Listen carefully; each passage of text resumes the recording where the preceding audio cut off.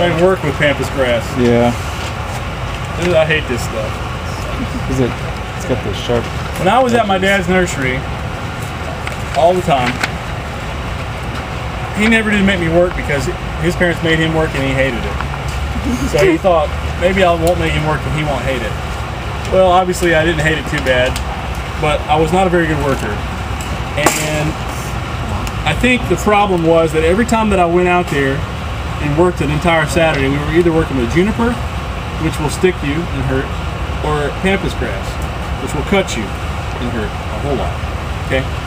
Now, I take this Pampas grass and I just do this all I want to. I can rub my hand on it, coming back this way, away from the base and coming back toward the terminal end, and you're just fine. Okay, no problem. But if you rub your hand that way, it will cut you. It's like the worst paper cut you've ever seen in your life. Okay? So that is as if you need any more help identifying this particular plant. Draw some blood. All you have to do is cut yourself one time. You can even see the margins if you look real close. A little knot. Yeah, exactly. The serrated knot. So that's a pretty serious deal.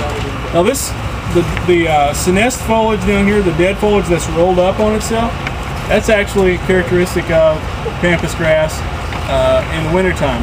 A lot of times people will cut it down to maybe a foot above the ground after it has died back, and the leaves will sort of roll up on themselves, and that's interesting as far as an ID characteristic.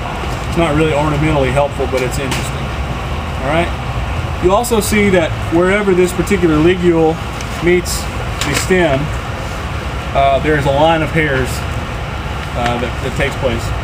We'll see that with other grasses too, so don't get too wrapped up in that. All right. Also, a prominent midrib that runs up and down on this particular species.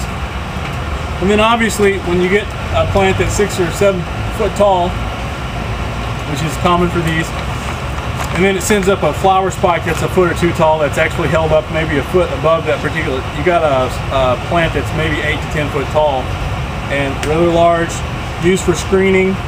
Obviously, people don't want to run through this thing. And then the plumes of flowers will be 12 to 18 inches tall and creamy white to white. So it's really sort of an interesting, widely used plant. Okay?